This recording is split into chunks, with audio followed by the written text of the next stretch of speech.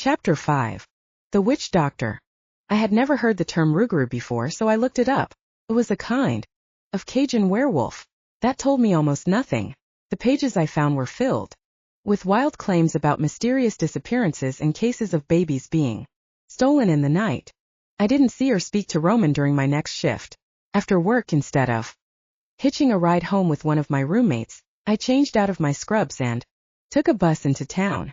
I wandered around the brightly lit shops aimlessly, trying to make sense of the other night. I bought a crispy seafood muffuletta sandwich from a weather-battered food cart. The melted butter and crab was just the boost of energy that I needed. The food here was so amazing. Every day I discovered something new. After looking at some of the local jewelry, I spent a few minutes trying on a variety of motley-colored bowler hats. A fat drop of water splashed on my arm as it started to rain, so I ran across the street towards a flashing, twinkling purple and blue sign. The words read, Madame Laroche's Fortunes and Charms.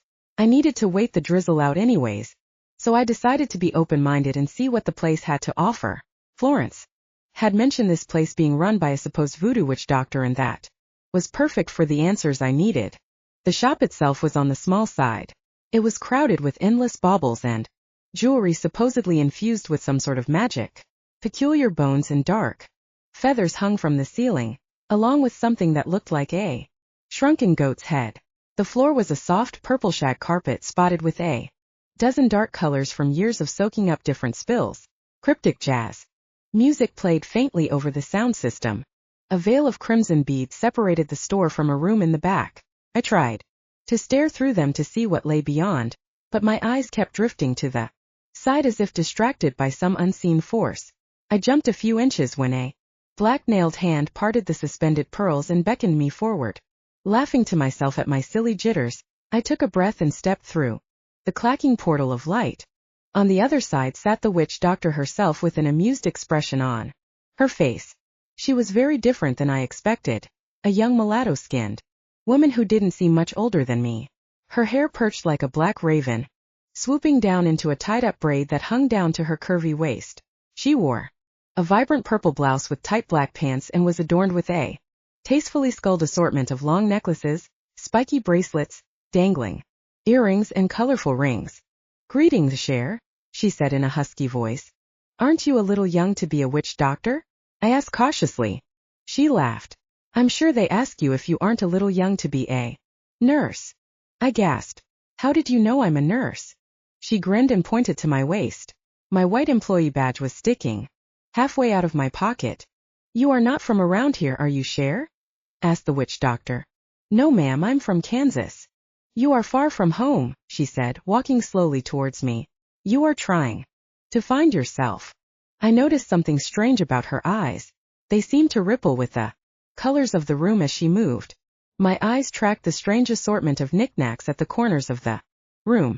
Yes, I've always wanted to leave home, and working in this town has been quite an interesting experience so far. I always welcome a fellow healer, she said with a nod. What is your name? I'm Isabella. Are you Madame Laroche? I am indeed, she smiled. But you can call me Henrietta. Is that why people come to voodoo shops? I asked. For healing, among other things. She winked and offered me a small box of dark candies. Care for a praline? I popped one of the candies in my mouth. Thank you kindly. It was sweet, with caramelized sugar, and had an almond in the center. Follow me. She turned and led me past a small sitting area and into a dark room at the end of the building. There was a small beechwood table in the center of the room with bits of bone scattered across the surface. A set of colored flasks were spread out among them. They had labels painted on in a language that I didn't recognize. Henrietta sat down fluidly in one chair at the table and indicated I should sit across from her. You have questions, began Henrietta. More than likely I have the answers. I am wise beyond my years, you see. My ancestors have lived on this earth for longer than most, and they have passed down their collective knowledge to this vessel before you. That seems helpful. How does that work exactly? I asked in a cynical tone. She slid a small plate across the table to me. The women of my family line share each other's memories. It happens at birth. Okay, I don't even know where to start, I said. I looked at the plate in front of me. On it was a single brownish doughy pastry that was dotted with black nuts and a spattering of red spice. Looked delicious, but I felt suddenly leery. Is that a praline? I wondered. Yes, share, she confirmed. Mange. Eat. I ate the dessert slowly, inspecting every bite, as if I were afraid of it. Being poisoned. Poisoning a customer certainly wouldn't be good for business. So I ate it anyway. I didn't know whether I trusted this strange woman yet, or even if it was worth my time to ask her questions that might make me seem like a mental patient. The praline tasted very rich and savory. I was still unsure of the proper procedure when dealing with a witch doctor, but I needed information. I decided to just go for it since I didn't expect to see her ever again after I left. What is a rougarou? I asked her. She didn't seem surprised by my question, or even to be paying that close of attention. She cleaned some dirt out from one of her nails. Sorry, I said. I know that probably seems like a random question. Where did a sweet girl like you come across that name? She asked. I've seen it around, I replied defensively. I only know what I've read on the internet. Do not trust the internet, Henrietta proclaimed. Anyone can write anything on the internet. It's a good thing you came to me, Cher. So are Ruger werewolves? I asked. They are not exactly the same, said Henrietta. There are a few important differences that separate the two. Werewolves are more beast than man. The rougarou once were a true hybrid, with the head and torso of a wolf but the lower body of a man. But all things change with time, and so have their forms. I tried to keep the doubt from my face. Aha! She ignored my tone. In modern times, most rougarou now coexist peacefully with their human neighbors. The older ones rarely change from their human form. Why, one could be sitting at a table across from you and you would never know. I eyed her grin suspiciously. There was something strange about those two perfect teeth. Is she making fun of me? A rougarou is the most dangerous during a full moon. They hunt the bayou freely at night and have been known to kill anything they come across. She paused. Do you know why I offered you 2 pralines? I laughed nervously. Because you are a generous host? She shook her head. Each contains separate harmless herbs, perfectly safe, but when the 2 combine in your stomach, you cannot lie to me. That was a strange thing to say. My stomach suddenly felt queasy. What kind of herbs? Never mind that. I sense you have another question. Henrietta leaned in. What is it? I wondered if she had given me some sort of drug. I didn't feel impaired, but maybe I should make myself throw up later just to be safe. You'll think I'm crazy, I said. I know crazy, she laughed in response. You are far from it, Cher. Please, tell me. I cleared my throat. I need to know how to defend myself against one of these rougarou creatures if I had to. She looked down at the bottles that were arranged on the table, considering carefully. She picked up one with a red liquid in it and swirled it around. This is a powerful potion. It will harm a rougarou if you toss it on its skin. It is yours for a nominal fee. I leaned in to examine what she held in her hand. How much? On special this night, only think of it as a token of apology for deceiving you about the pralines, only $50. I pulled the money from my purse and exchanged it for the vial. I half thought you might refuse and storm out. Most tourists think I am trying to cheat them. She looked at me carefully. If you are in real danger, Cher, you should leave town tonight. I shook my head. I've thought about leaving. And I will, but only if I have to. Henrietta closed her mascara-drenched eyes, deep in thought. After a minute of her sitting totally still, I started to wonder if she had fallen asleep or not. I'm not going to run though, I continued. I don't want to go back home. And I'm not one for giving up so soon. She leaned on her tattooed elbows and opened her heavy-lidded lashes with a click of her tongue. If you choose to stay, don't be afraid to call upon your Auntie Henrietta from time to time. I will mix up something special for you the next time you visit. Let me guess. I cracked a smile. For a nominal fee? Ignoring my joke, she reached over and took my hand in hers. Pausing to examine it, she traced a jagged nail ominously down my lifeline. How much value does true peace of mind really hold? She asked. I like you, Cher. Come back and see me, and we will work out a payment plan that you can afford. There was something about the earnest look she gave me that made me believe her. I left the shop feeling a little safer with the vial in my purse and like I had made a new friend. Chapter 6. Rose. Isabella remained in my thoughts from the moment her soft, warm lips had first pressed against mine. Despite everything that was going on, she had broken through my outer crust and was moving her way alarmingly fast towards the center of my world. It had been a long time since I had let anyone in. From that point on, I found myself making excuses to talk to her in the halls. I was suddenly very interested in how her patients were doing and if she needed anything.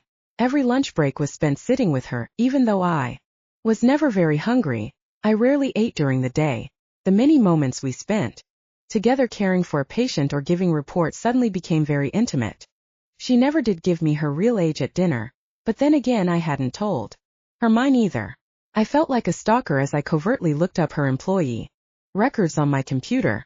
I found out that she was, in fact, 25 years old. So young. So full of life. I snooped through her application, reading some of her essays and referrals. Her grandfather had been a surgeon and her mother a nurse. Everyone who had worked with her seemed to be very impressed with how quickly she learned new skills. She wanted to be a nurse anesthetist someday. When I wasn't spying around on the computer, I was checking her out every chance I got. Instead of dividing my attention between the many interns at St. Martin's, I focused all of my attention on Isabella Devon. Every day I looked forward to seeing her red hair and pink scrubs. Where did she find pink scrubs anyways? They weren't to code, but I didn't care. She washed her hands a lot, even for a medical professional.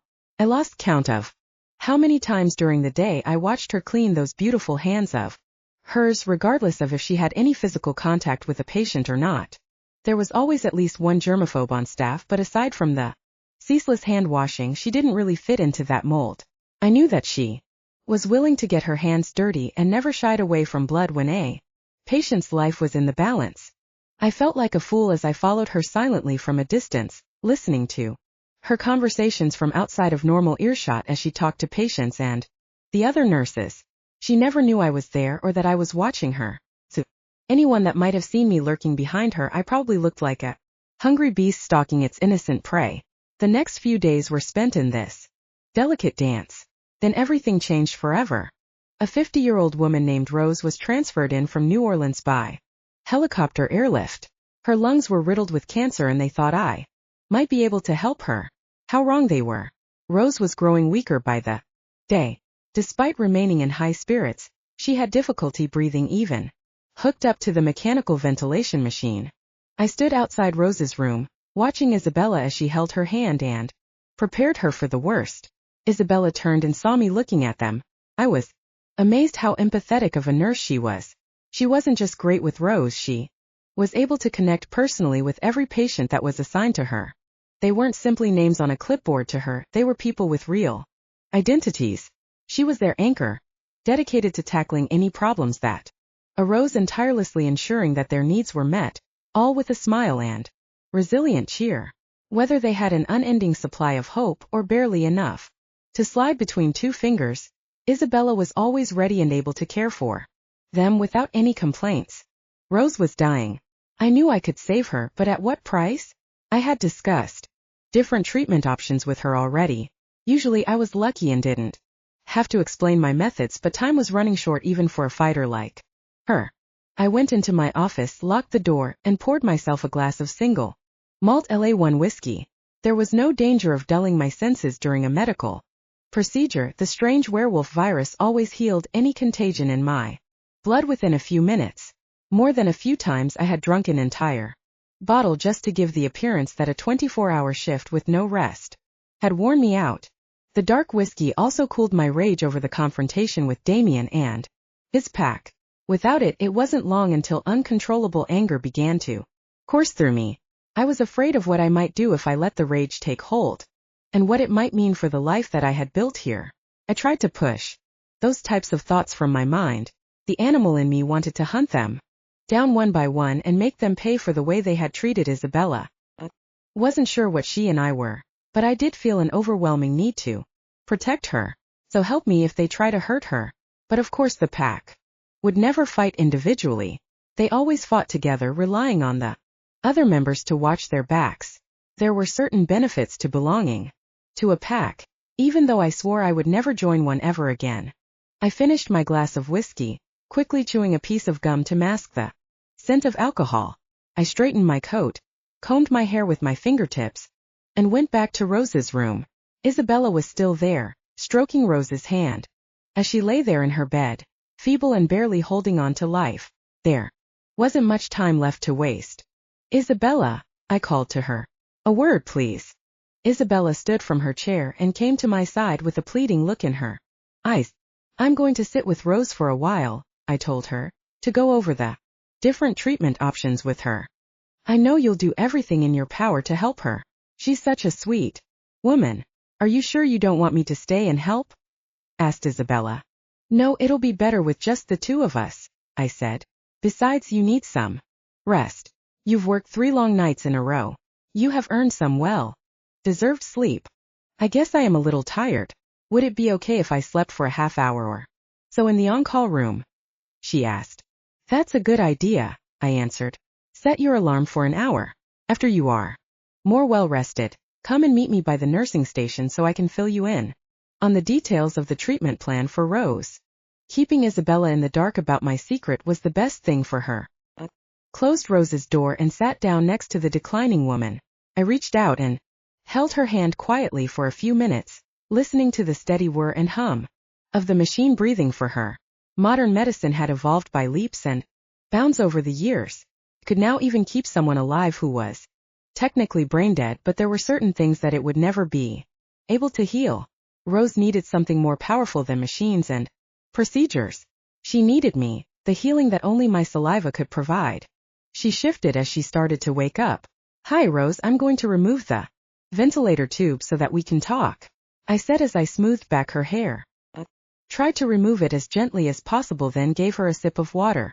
I set her up with an oxygen mask. There. Now tell me, how are you feeling? Oh, Rose responded slowly, clearing her throat and appearing disoriented at first. About as good as I could be, doctor. What would you say if I told you there was an experimental treatment that might be able to heal you and repair your lungs so that you could breathe again without needing the help of these machines? What would you say? Asked. I'd say do it, said Rose. I'd give anything to not be stuck in this bed anymore. I used to dance. I used to run on the beach and swim through the water. The treatment is very experimental, confidential, really. Would you be okay if you never knew exactly what it is that cured you? I asked. I must warn you. There is a potential for side effects, including death. She looked at my name badge. Dr. Roman, I've been in and out of hospitals for the last 9 years, said Rose. I've been on too many different drugs to count. That's why I finally asked to be transferred to your hospital. What do you mean? I asked. I have heard about the miracles that happen here, said Rose. You are the one that performs them, aren't you? Some say you're an angel. I'm not an angel, I chuckled. I have had some promising advancements in critical treatment that have worked out.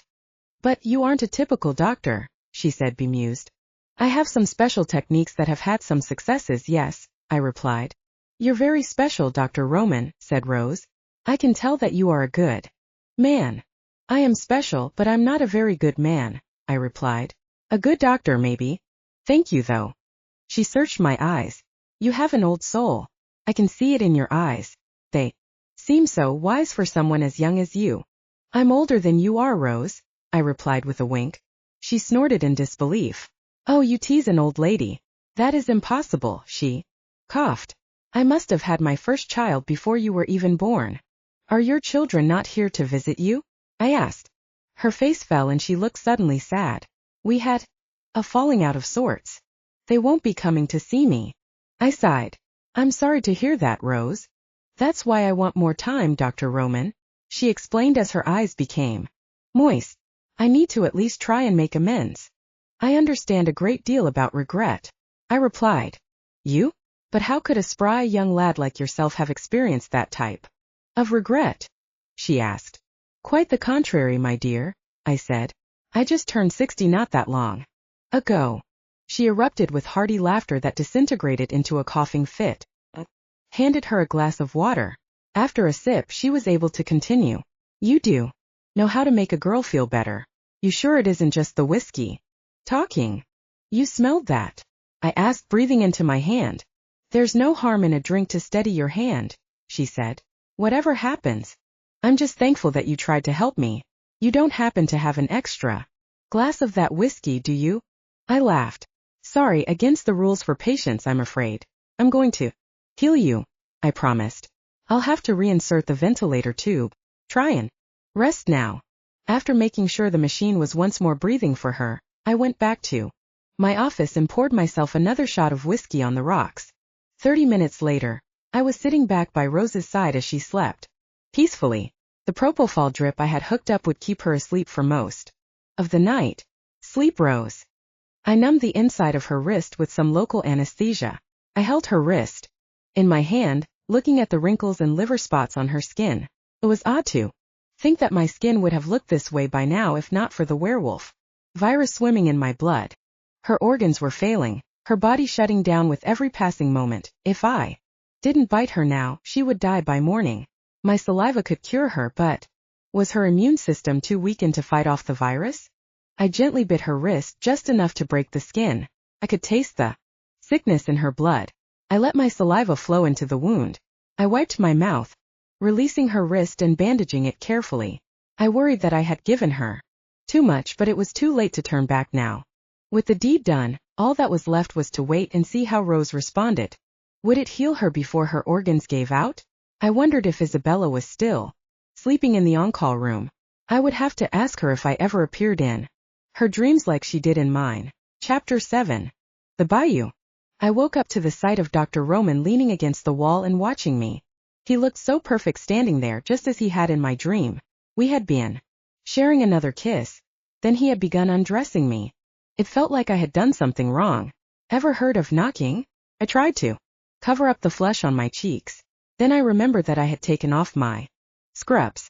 I was only wearing a bra and panties under the sheet. I blushed all the harder. At least it was a cuter black set instead of my well-used sports bra and granny panties that I usually wore to work. Why so jumpy? He asked, not averting his gaze. I just didn't expect to see you here, I said. I was about to wake you, he said. The bed in the on-call room was surprisingly comfortable, with soft sheets and a fluffy pillow just how I like it. As soon as I had lain down, I passed out. Almost immediately. I wasn't sure how long Roman had been standing there and watching me sleep. How long was I out for? I asked, rubbing my eyes. 3 hours or so, he replied. What? That was embarrassing. I looked over at my phone. Why hadn't my alarm gone off? I realized that the phone was dead. I had forgotten to plug it in. Crap, I said groggily. It's all right, he assured me. If I had needed you, I would have woken you earlier. I wanted you to get some sleep. I looked out the window, the sun was just cresting the horizon. Ugh, I groaned. My shift is almost over. You should have woken me after an hour. It's okay, he said. I covered for you. You've been working yourself ragged lately. I stood up, covering myself with the bedsheet. I glanced at the mirror and tried to straighten my hair while I fumbled for my scrubs. Dr. Roman stayed put. What's the word on Rose? I asked him, dropping the sheet in quickly, stepping into my pants. She's stabilized, he answered. Her heart isn't giving us any more problems. She's even begun to breathe without the ventilator's assistance. Already? I asked in disbelief. No way. Dr. Roman cleared his throat as he eyed me, and I realized I still didn't have my shirt on. I threw the top over my head, probably giving him an eyeful. Didn't mind. I had to see this to believe it. Sure enough, once I'd returned to Rose's room, I saw that she was breathing on her own and her vitals had stabilized. Was simply amazed. How? I asked. She's reacting quite well to an experimental treatment, said Roman. What experimental treatment? I asked. Doctor-patient confidentiality, he replied with a wink. No, come on, I said. You know her heart was failing when she first came, and she was barely able to even breathe on her own. You have to tell me what you did. He seemed to be enjoying my confusion. It made me more determined than ever to find out his secret. Go check on Mr. Holt for me in room 7 if you wouldn't mind, said Dar. Roman. After that, check with Chelsea to make sure she doesn't need you for anything else. If not, then you can go home. I slept through a quarter of my shift, I said. I should make up the hours. I need you well rested for your shift later tonight, he said. It's going to be a full moon tonight, when all the crazies come out. I need you alert and on top of your game. I thought about the note that the stranger had handed me during our date. He is kind but is rude. Dr. Roman came over and put his hand on my shoulder. Sometimes peculiar things happen around here. So everyone keeps warning me, I said. Full moons can get a little out of control, said Dr. Roman. You never know exactly what's going to happen, but you need to be prepared for anything, and I mean anything. After work, I asked Florence if she knew where Dr. Roman lived. All the girls at the house did. You can't miss it, said Florence. The house is over 100 years old and has a wraparound wooden porch. It's painted blue and white and sits at the end of Bridge Street, right on the bayou. I showered and shaved my legs before taking a bus to Dr. Roman's house. Wasn't sure how he was going to react to me just showing up unexpectedly, but I needed answers. I brought my scrubs in my purse and a few other things in case I needed to go straight from there to work. During the ride, I thought again about the kiss we had shared. It hadn't lasted nearly as long as I had wanted it to. Would he kiss me again? I didn't know what was waiting for me, but I was willing to find out. I got off at the last stop and waited for the bus to roll away. Then I walked up to his door, eyeing the marshy waterline nervously. Before I had a chance to knock, Roman flung the door open, startling us both. Isabella, he said with a raised eyebrow. Dr. Roman, I squeaked. I'm sorry, I didn't mean to surprise you. How many times do I need to tell you to call me Roman? He asked. Roman. This is a nice surprise, he interrupted. But what are you doing here? I looked him over.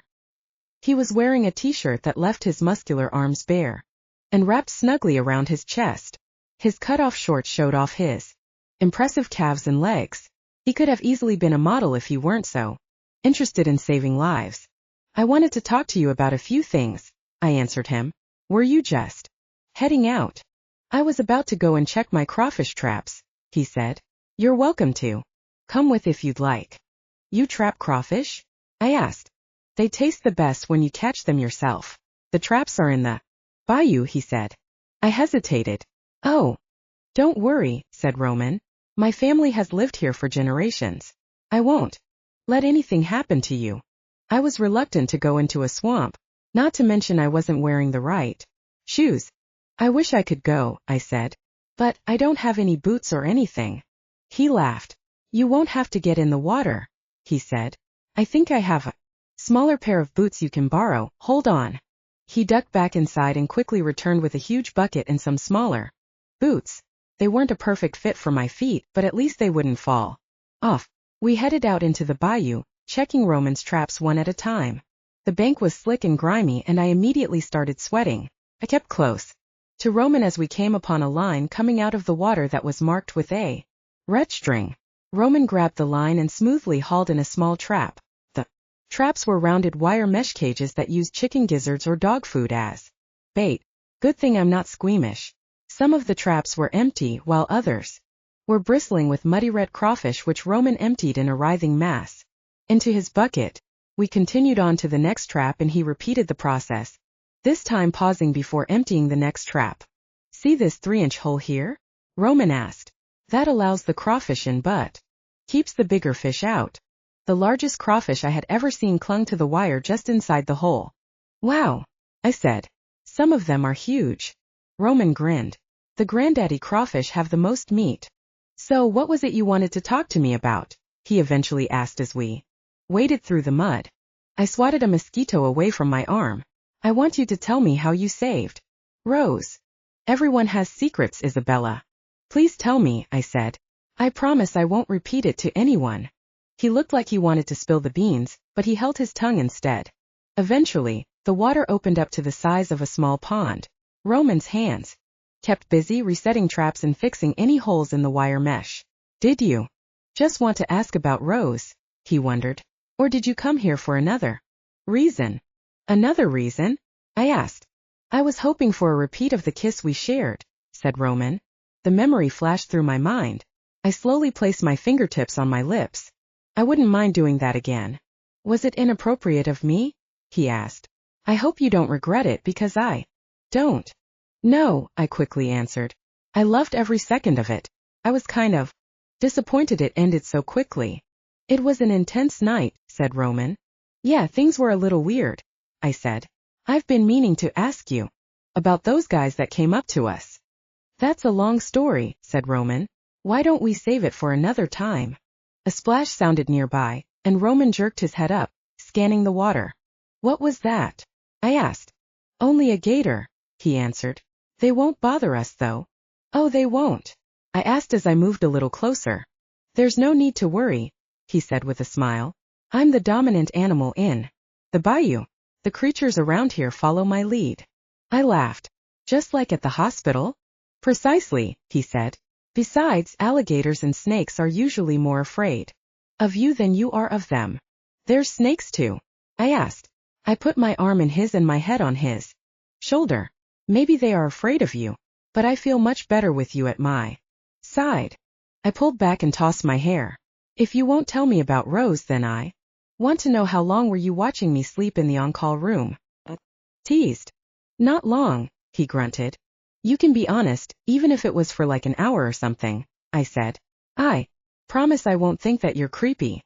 He grinned and bent down to pick up another trap. It was only for a few minutes. I felt suddenly bold.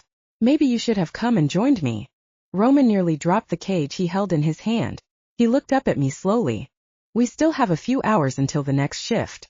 Why don't we boil up some of these crawfish and see how it goes? I took his muddy hand in mine and pulled him to his feet. I would love to. It was exciting being in the swamp. I felt perfectly safe even with gators and snakes nearby. But what I was really looking forward to was seeing the inside of Roman's house. I imagined it as all black leather and chrome, just like his car. I hoped I was wrong. The inside couldn't have been farther from my imagination. It held a spattering of antique, French furniture that filled each room. Seemed a little ornate, but every piece looked comfortable and well worn. The floors were aligned cypress wood. A collection of thick purple rugs sat on top. The kitchen was rustic with darker wood cabinets and white granite countertops. When he opened the heavy curtains, it seemed bright and cheerful. Tiny, modern-looking table seemed like the only thing out of place. He must have recently bought that. Roman handed me a white towel to wipe off the mud while he removed his shirt. His chest was broad and muscular, and my heart started beating rapidly at the sight of his glistening pecs and ripped stomach. I noticed a large scar running across his shoulder, long and deep. It had long since healed. He excused himself to change into a blue button-up shirt and dress pants, which made him look dashing. Putting on some soft jazz music, he lit some candles before beckoning me over to join him at the kitchen sink. Roman threw the crawfish into the metal sink and filled it with water. It's important to rinse them with cold water. He set a big pot on a gas burner and pulled out some red potatoes and sweet corn. Don't think you are just going to watch, he said with an impish grin. I washed my hands, and together we each pulled a stainless steel knife from the block and started dicing the potatoes and shucking the corn. In just a few minutes we had enough ready to fill the pot to the brim. The smell filled his kitchen and started my stomach growling. Ah, you've got the envy. You're in for a real treat, Roman said. I knew a little French. I had the desire all right. He added the crawfish and boiled them for just a few minutes until they turned a bright red. Roman walked to the end of the kitchen and dragged out an ice chest. He started filling it with ice from the freezer. What is the ice for? I asked. This is the real secret, he said. You don't cook the crawfish for too long, but let them slowly steam over ice. Roman picked up a piece of ice. It has other uses too. He came over to me and slowly traced the ice up my shoulder and over my neck. It started to melt. As it met the heat from my skin, it felt amazing, and I giggled as goosebumps started to rise. He ran the vanishing piece of ice once slowly over my lips, and then popped what was left in my mouth. Without a word, he turned and pulled out several jars of Cajun spices. Seeing my doubtful look, he paused. Don't worry, Roman smiled knowingly. We'll go easy on the heat. He walked back towards the refrigerator, opening it and pulling out 2 cans. He handed me an Abita beer. Laissez-les bon temps ruler. Is that Cajun? What does it mean? I asked. Roman laughed. Let the good times roll. We tore into the crawfish right there on the kitchen counter. It was the best thing I have ever tasted. My technique was a little clumsy, but Roman had some helpful tips. Pinch the tail and suck the head, he said in a suggestive way. The sun began to set, making me feel like I wasn't living in reality. It was all too good to be true. Are you going to tell me about Rose? I asked. The muscles in his face tightened. You asked too many questions, he said with a frown. Why did I have to spoil the moment? He took both of our empty plates from the table, scraping them before putting them in the sink. I watched him rinse the dishes silently, pondering on whether to keep pushing him or not. I'm sure you hear this all the time, I started. But today I have expected to wake up and hear that Rose had died. I can't believe she's recovered so quickly and so completely. I texted the hospital a few hours ago, said Roman. She's getting stronger. By the hour. That's what I mean, I said. You're unbelievable. Why won't you tell me how you do it? There are some things you aren't ready for, Isabella. A slower song came on with a spattering of piano music. He grinned at me with his adorable crooked smile. The candlelight was reflecting his green eyes, and it melted me. Would you join me for a dance? He asked. I smiled, unable to deny him. If you don't mind a little crawfish juice. Mind? He asked. I encourage it. We went to the living room and began to sway as he pulled me close. I rested my head on his shoulder. He slowly spun me around, pulling me back into him even closer than I had been before. I could feel his heart beating, which meant mine was racing marathons. I swallowed nervously. I've heard patients call you an angel, I said. Do you think I'm an angel? He wondered. He played with a strand of my hair, twirling it around his finger as he looked into my eyes. No, I mean, I'm not sure if I believe in angels or not, I replied nervously. I believe miracles can happen, and I guess I believe in destiny. I believe in a lot of things, said Roman. There's no shame in admitting the existence of something greater than yourself. His hand brushed down my cheek and across my shoulder before dropping down to the side of my breast. His left hand moved lower on my waist and gave a little squeeze.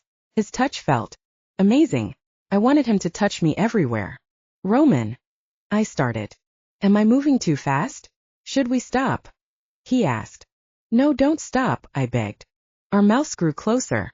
There was a blaze in his eyes, and it wasn't a reflection from the candles.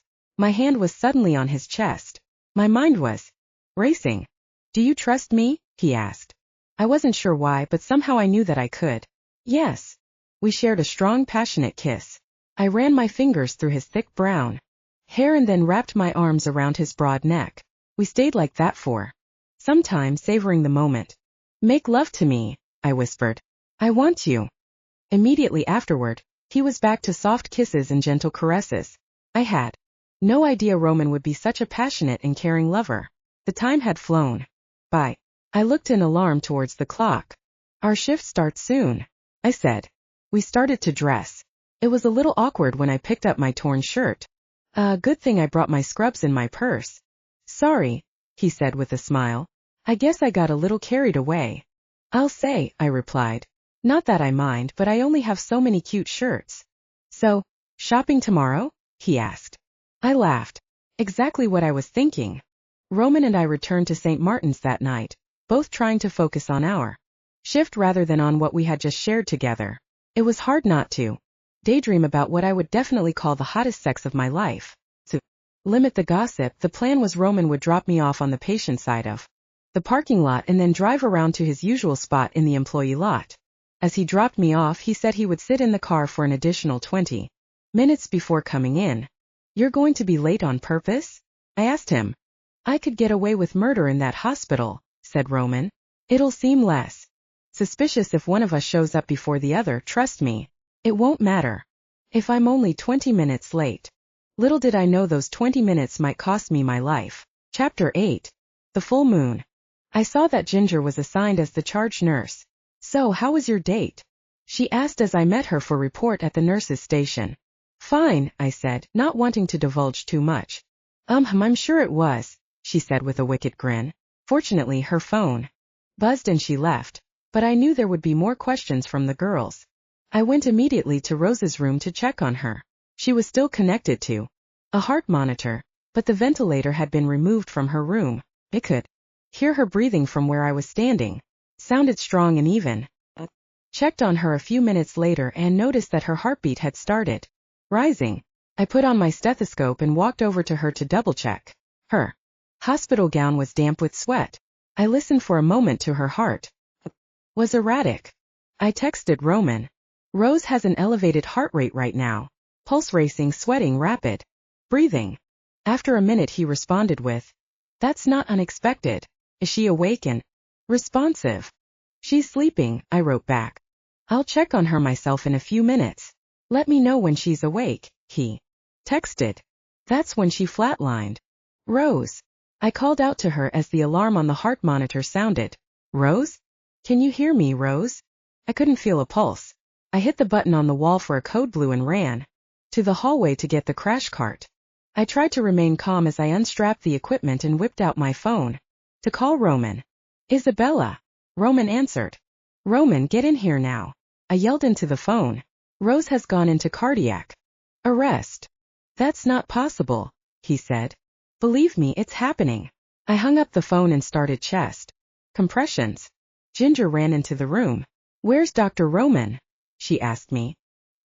"He's on his way," I answered. Ginger took over compressions as I pushed epinephrine into the fore. After a few breaths from Ginger, I prepped the defibrillator. Suddenly Rose's eyes shot open and she gasped for air. Her heart started beating again. "Thank God," I said quietly to myself. Ginger stayed with me as we stabilized her. Was she having some reaction to the treatment? Rose tried to say something but then started shaking violently and shoved me away from her. I fell to the ground, skinning my knee. "Rose." Ginger tried to restrain her. "You have to calm down. We are trying to help you."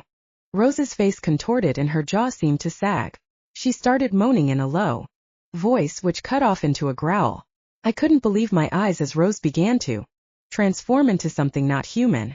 I sat on the floor in shock as Ginger started yelling for help. Rose fell back in bed, slouching her head to the side unnaturally. "What is happening?" demanded Ginger. "What kind of medication is she on?" "I don't know," I said with tears falling down my face. "Roman wouldn't tell me."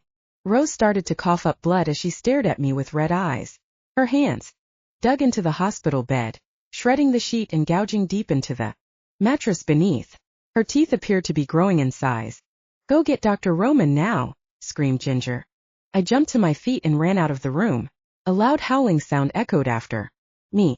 I hadn't gotten far when I heard Ginger again. "Isabella," she cut off with a wet smack. I stopped and turned. What had happened? Inching forward, I peeked around the corner. I saw that Rose was no longer in her bed, and she wasn't Rose anymore. Where the elderly patient once was, there was now a large, vicious creature. That couldn't be real. Her head looked like a wolf's and she had somehow expanded in size. It looked like a bear with arms and claws unlike any animal I'd ever seen before. Her pale skin had been replaced by rough, dark fur that covered her entire body. Ginger was on the ground and wasn't moving. One word came to my mind: rigor.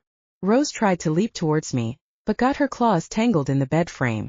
I backed away, banging my arm on the door. The sudden jolt of pain lit up my mind. I froze.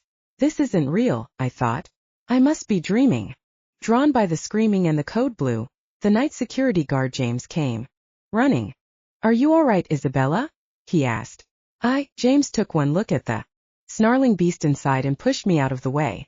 He slammed the door, fumbling to lock it with a key from his belt. We could see the creature that had been Rose through the glass pane in the door. It was struggling to free itself from the metal frame of the bed. The full moon hovered in the window behind it. The creature finally threw the bed across the room with a roar. It ripped what was left of the hospital gown free, and the shredded fabric fell to the ground. James finally turned the lock with a click. The creature turned towards the sound and charged the door like a bull. James braced himself against it with all of his strength. The hinges squealed with the force of the impact, but it held. "Isabella, get out of here," he yelled. The creature pounded on the door, desperately trying to escape. I could see that the metal door, locked or not, wouldn't hold for long. I had only made it a few feet away when the door burst open, flinging James back. The creature snarled, swiveling its head between James and I, settled on me and bared a set of jagged teeth.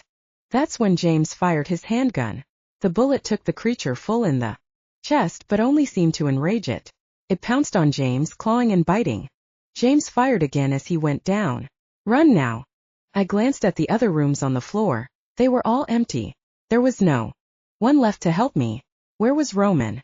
I frantically ran towards the front entrance, knowing I was unable to do anything to help James as he screamed. I could hear the scuffling of claws against the hard flooring behind me. Didn't know if the creature was following me or not. I only ran in terror. Made it to the triage rooms. Looking through the glass walls, I saw that they were deserted as well. Roman! I called out in a hushed voice. I heard a crash behind me and turned to see the creature barrel around the corner. It slammed into the wall, its claws slick with blood on the floor. Had slipped, unable to make the turn at that speed. Shaking its head, the creature rose to stand on two hind legs. This is insane. I'm being chased by a werewolf. I suddenly remembered the vial in my purse I had purchased from the witch doctor. I bolted towards the employee lockers across from where I was standing. Growling and baring teeth from a foam-streaked muzzle, the werewolf saw me. Falling to all fours, the creature came bounding down the hallway. I sprinted as fast as I could, but the werewolf was so fast I thought I was going to die. There was no way I could make it all the way to the lockers in time, much less get my purse out before it killed me. The emergency alarm started to sound, causing the werewolf to shield its ears from the harsh tone. It began to attack the siren mounted on the wall, smashing it to silence. The distraction gave me just enough time to reach my locker and open it. I pulled out the purse and drew out the red vial of liquid. I bit out the stopper and turned just as the werewolf entered the locker room, running full speed at me on two legs. I threw the liquid at its chest. The creature's fur ignited and it yelped in pain as the smell of burning fur filled the air. It backed out of the doorway, crashing to the ground, and began to roll around. I ran to the other side of the room. There was only one way in or out. I'm trapped. I spun and tried to make it past the smoking body. To my horror, the werewolf started to rise, the fire slowly extinguishing and the burn marks rapidly fading as the flesh healed itself. I made it out of the room and back into the main hallway, but the werewolf was already moving towards me. That vial was my last line of defense. I screamed as the creature came towards me at a lope. And then, stepping seemingly out of nowhere, appeared Roman. "Get down," he ordered me. Instantly I obeyed him. I fell to the floor, banging my head against the wall. In the process, the creature pounced at me. Before its teeth or claws could find their target, Roman sailed through the air, hitting it like a linebacker, and delivering a devastating blow. The creature flew backward and to the side, crashing through the glass wall of a triage room. Roman fell on the stunned creature and broke its neck with a sickening crack. He pulled out a syringe of something and injected it directly into the werewolf's heart. A second later, the edges of my vision went dark and I passed out. I woke up to the buzz of fearful, antsy voices that I didn't recognize.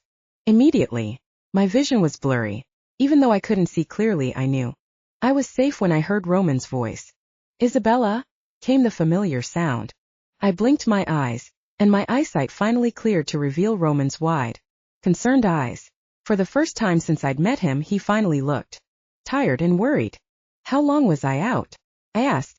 "About an hour," Roman answered. "Are you hurt?" "I'll be fine," I told him. "What happened?" Roman looked away from me.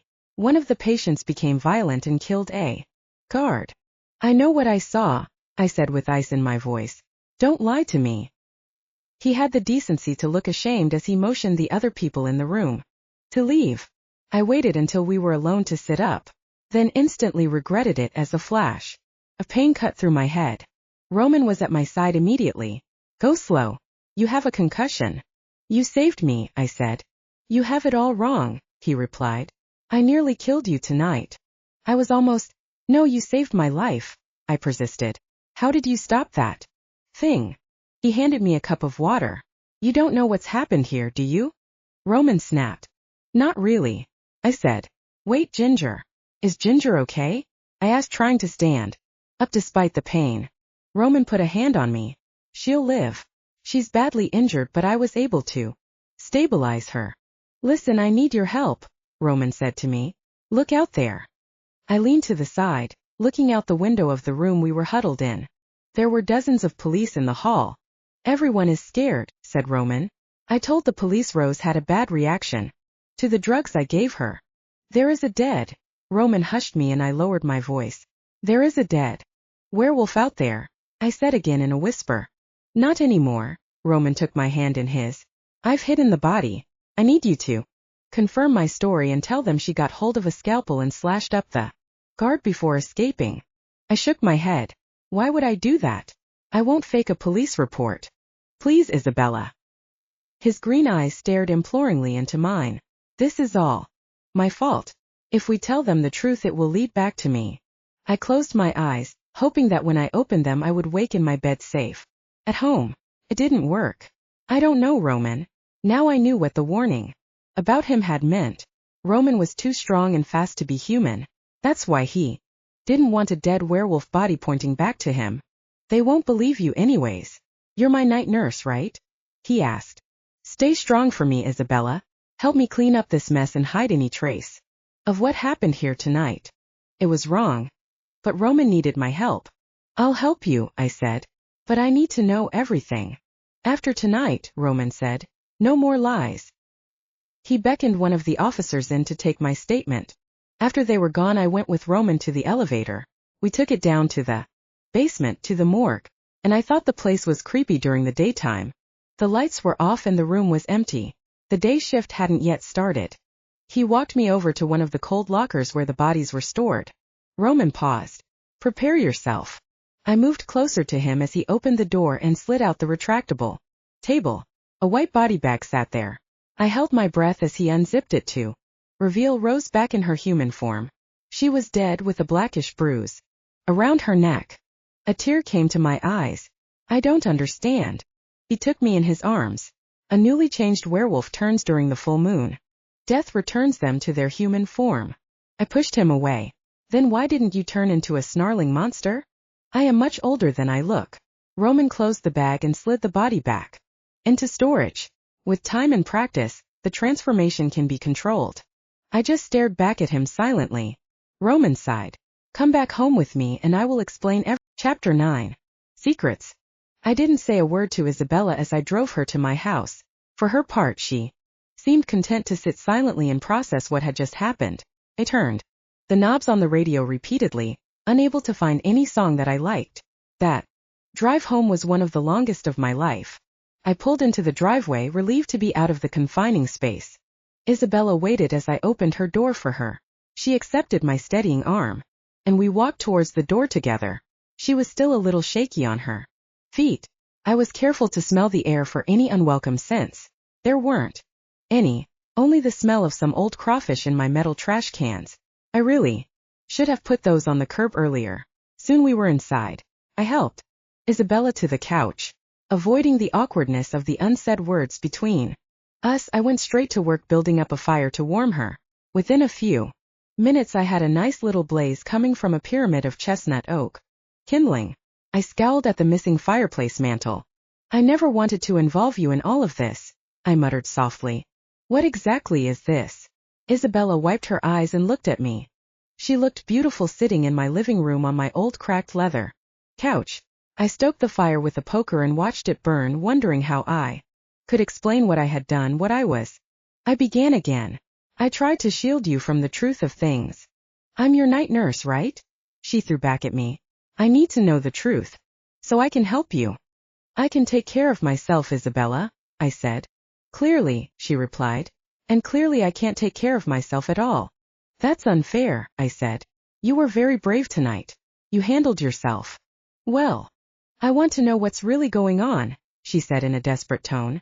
All of it. I turned away from the fire to face her. The dancing flames reflected in her crystal eyes. Who was I kidding? I couldn't refuse her anything. I cleared my throat. The people in these parts call a carrier of the virus a Ruger. What virus? She asked angrily. It's an ancient strain, I said. I don't really know its origin, but the virus changes the person into the creature you saw tonight. So werewolves are real? She demanded. I'm just trying to explain to you what I am, I said. After I was infected, everything changed. I never knew anything about it before then.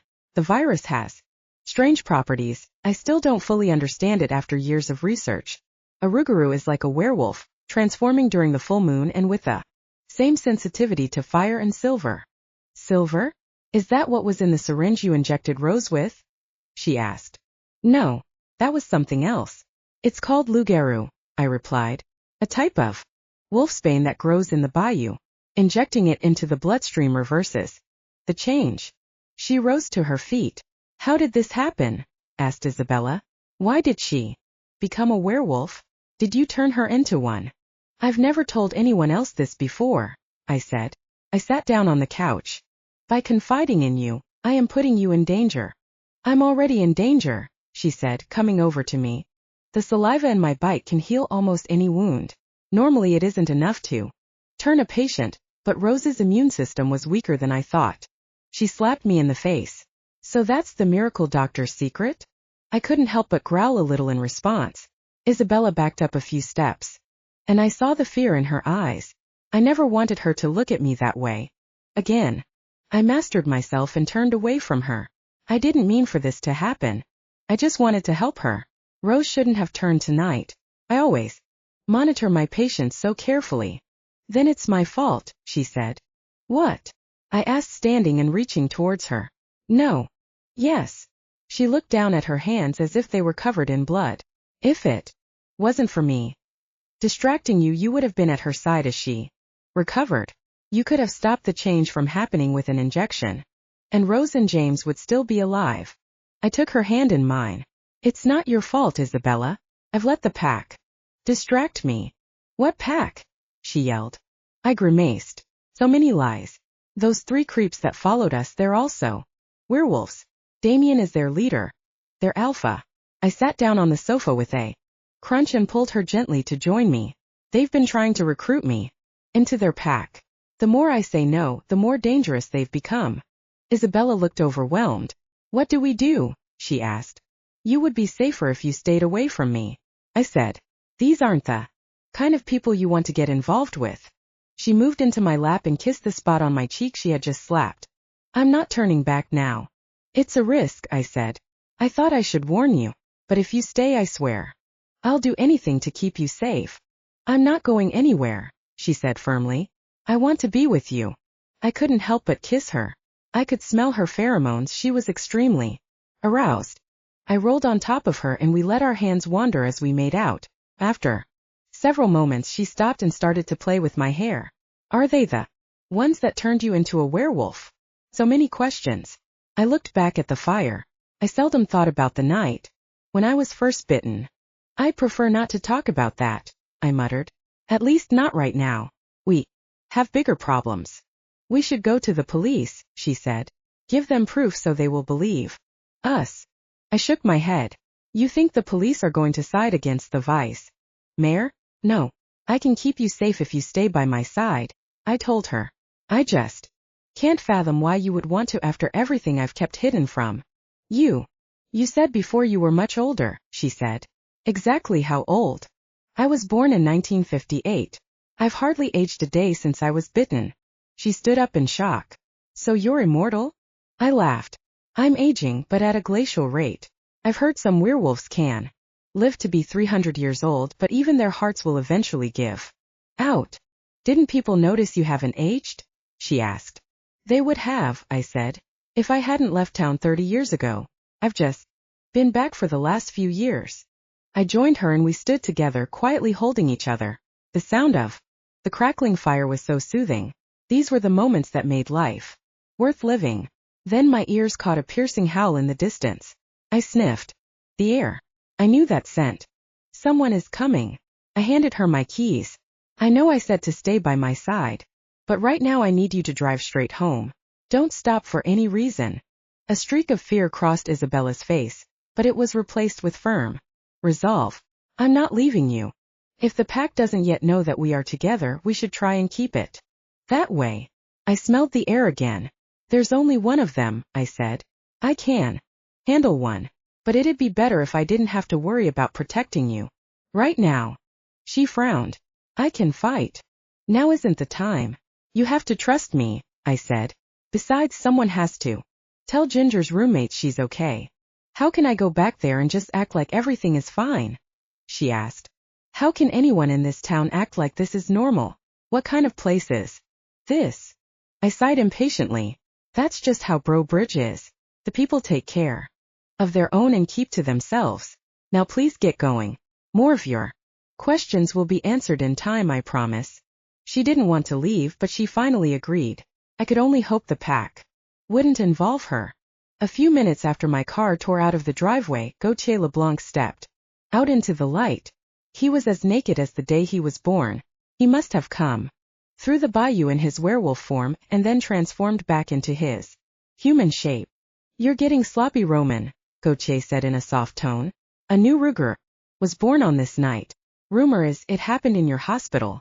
I even heard a man died under your watch. Not good, Roman. You're making bad decisions in your old age. Bad decisions like coming onto my property alone and uninvited? I asked. Gauthier scoffed. I'm here on your behalf. There is no excuse for tonight, said Gauthier. Damien is very upset.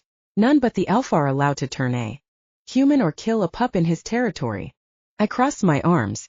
If Damien has an issue with me, he can come discuss it with me himself. I frowned at his bare thighs, hopefully with some pants on. You risk exposing us all with your recklessness, said Gauthier. I don't follow your pack's rules, I said. What happened at the hospital tonight was very unfortunate, but it's been handled. Gauthier snarled. Remain a lone wolf if you wish, but if you endanger the pack again, Damien will end you. Before I could reply, Gauthier was gone, vanished into the night. I stayed outside for several hours that night, moving through the bayou and watching the full moon flicker among the stars. I took off my shirt and pants, folding them carefully and placing them on a mossy log. Reaching deep inside myself, I unleashed the transformation. It was a painful process, but a cleansing sort of pain. I was well used to the process by now. My muscles rippled and expanded as my body grew thick brown fur. My limbs stretched out and raw power coursed through my veins. As my human face melted and disfigured into that of a wolf, my mind cleared with a clarity of purpose. The hunt. It felt good to stretch my legs as I tracked a small white-tailed deer through the bayou. She was fast, but I was at home in the marshy undergrowth. The perfect predator. I brought her down in a spinning crash of teeth and claws. The fresh blood tasted sweeter than any human meal ever could. It was thrilling, pure, and just what I needed to erase the fog hanging over my thoughts. After gorging myself, I returned to find my clothes. Once back home, I took a long steaming shower and sipped some aged Satsuma rum from a chilled glass. As the adrenaline of the hunt faded, my thoughts returned to more human concerns. I wasn't afraid of Damien and his friends, but I was afraid of losing his. Chapter 10. Henrietta. Instead of going home like I had promised Roman, I drove straight to Henrietta's shop. I parked the car in the narrow parking lot and ran inside. As I stepped through the door, I could hear her singing in a silvery tone. The Lafayette mother gave birth down at the hospital. Their newborn baby spoke, speaking in the strangest tongue. Mr. Lafayette thought he knew it all, but he grew scared of her witchcraft. When she was young. Oh, he was headed for a fall. He sewed her mouth shut. Her lips were strung. The young girl went down to the burial ground to find the Loa in all her glory. The Loa conjured and exorcised till the gate was found. But that's not the end of the story. The young girl's voice was finally unwound, and Mr. Lafayette died all blood and gory. She's been known to practice a little voodoo with dolls and talisman. She gonna work her mojo, speaking backwards in the strangest tongue. The song was eerily beautiful, if not a little gruesome. As she finished the verse, Henrietta seemed to sense my presence. She turned and waved to me. Wasn't sure if it was the bruise on my head or the smeared makeup, but she took one look at me and immediately rushed over. Cher, what happened? She closed and locked the door behind me. Come and sit while I make you some hot tea. A hot cup of chamomile tea and a few chocolate pralines later, I felt refreshed enough to tell her what had happened. The words tumbled out of me. Henrietta listened patiently. After I had told her everything, she just stared at me, biting her lip. I promise I'm telling the truth, I said. I saw a werewolf up close too. Close. I was almost killed. How is it that you are still breathing? Asked Henrietta curiously. Well, the potion you gave me hurt it, but it started to heal itself. It did. Buy me enough time for a friend to save me. She mused. Only another Rougarou could have saved you. He's a friend, I said. We just met recently. I'm not sure how he became Rougarou, but he's not evil. He's a good, caring man who I think is being hunted by a group of Rougarou who want to hurt him. A pack? She asked. I nodded. Does everyone but me know about this? Now that could be a problem, said Henrietta. There hasn't been a pack in Breaux Bridge for nearly 30 years. Didn't Roman say he had left 30 years ago? You sure this one who helped you is just a friend? She asked. How did she know? Oh, the truth pralines again, really? She smirked. He's not my boyfriend, but we like each other, I replied. Well, I like him. I'm not quite sure how he feels about me. Henrietta looked at me doubtfully. Have you slept with this friend? Yes, I said. Look, I'm scared. I need your help. Her look softened. Merci. I tried to warn you, Cher. Suddenly I remembered the face of the woman who had handed me the note. You mean, I said with a shock, you were the one who warned me about Roman in the restaurant? Henrietta nodded grimly. But why didn't you tell me that when I first came into your shop? I asked. She patted my hand. The Loa warned me to let you make your own choice. What is this Loa? I asked. Henrietta lit some strong-smelling incense. The Loa are spirits who serve Bon Dieu, the supreme creator. The smoke wafted through the air surrounding me in a shroud of gray as she continued. They are dangerous but can be bartered with for information about the future or even convinced to serve a certain purpose, if the price is right. Can they help me? I asked. Perhaps, she said. They helped me to make you another potion. She handed me a blue vial, the liquid lightly bubbling within it. It will stop the spread of a Rougarou bite. She tapped the cork with a long black nail. It will kill the infection. It must be swallowed right away after being bitten. Any longer than 2 minutes. I can't guarantee the results. I eyed the vial. It was just what I needed. How much? I will give it to you for free, she said in a hushed tone, if you tell me the truth about how you feel about this friend of yours. I think I'm falling in love with him. I was shocked by what had just come out of my mouth. Then there is more I must tell you, she cleared her throat. You may become a target of the pack just by being with him. If it comes to a fight, you must use silver to the brain or the heart, an herb called loup-garou or hot enough fire. These are the things that will kill their kind. Thank you, I said. I will remember. There is something else I can give you that might protect you. She unfastened a charm from her neck. It was an oddly shaped brown and tan amulet, the cloth on top open to reveal some strange writing. What is it? I asked. A gris-gris, she replied. Inside is a pinch of 5-finger grass and brimstone. I have cast a spell on it. This will ward off evil and keep away bad spirits. Holding the talisman tightly in your hand will activate it, confusing and putting off any Rougarou nearby long enough for you to escape. No, I couldn't take that, I said. She became very serious. This one is not free. Well, I only have a few $100, I began. She cut me off. Money will not do. You will owe me a favor after this. What sort of favor? I asked cautiously. Henrietta flipped her hair behind her. I haven't decided yet. But don't worry, Cher, I won't have you harm anyone. I breathed a sigh of relief. I suppose I don't have any other choice. Henrietta handed it to me.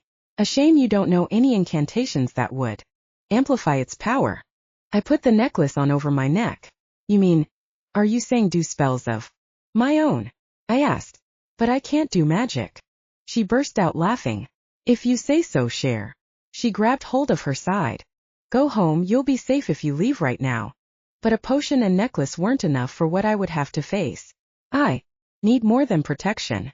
I need a weapon to fight back. She regarded me for several moments, before rising and walking towards a trunk in the back of the room. You will practice with Sylvia, said Henrietta. Who's Sylvia? I asked. She opened up the chest and pulled out a metal crossbow. It was old-looking, and had seen its share of usage, but it looked like a well-made weapon. She held it out for me to take. This is Sylvia, Henrietta told me. It is a collapsible crossbow made from silver. I couldn't help but admire it. Collapsible. She showed me how the barrel bent in half and the limbs of the bowstave folded inward. Are the bolts silver too? I wondered. Silver-tipped exploding bolt heads, she said. A shot anywhere near the Heart will kill a Rougarou. The tip is designed to shatter upon impact, sending silver shards directly into the bloodstream. She snickered. Devilishly. Works on burglars too. I tested the weight of the crossbow as Henrietta laid out the exploding bolts on the table. Then she pulled out a few skinnier solid silver arrows. These are better to practice with, said Henrietta, but no less effective. With a good shot. I'll also take whatever money you have in that purse. I reluctantly handed over the last of the cash in my wallet. She led me down the hall and out the back door of the shop. She flipped on the outdoor lights to reveal a pair of battered hay targets pinned on top with torn pictures of zombies. The targets were singed with scorch marks and pockmarked with holes. They had seen a lot of practice. Henrietta demonstrated how to load either an arrow or bolt and crank the crossbow into the firing position. The stirrup on the end made bracing it with my foot easy enough. The crank took most of my arm strength. I was suddenly glad to have helped lift so many patients as they were transferred from bed to bed. A simple trigger mechanism would fire the weapon. She gestured to the targets. Go ahead, Cher. I slowly raised the crossbow. It wavered slightly as I aimed. Then I pulled the trigger. I watched as the silver arrow sailed 3 feet over the hay bale and disappeared into the trees behind it. Sorry, I said. I put the crossbow down and ran to retrieve it. By the time I came back with the arrow, I was muddy and sweating. Try again, she said. Under Henrietta's instruction, I soon became acquainted with Sylvia, shooting arrow after arrow towards the targets. I spent most of my time retrieving them from the woods, but by the end of the session I had stuck at least a few towards the center of the target. The first vial had worked, so I felt confident that the Grigri talisman and weapon she had given me should work too. I felt a little safer. I gave Henrietta a hug. Thank you. My pleasure, Cher, she said with a smile. But what if you need it? I asked. She rolled her eyes. I pity the man who messes with a witch doctor. She wished me good luck and we said good night.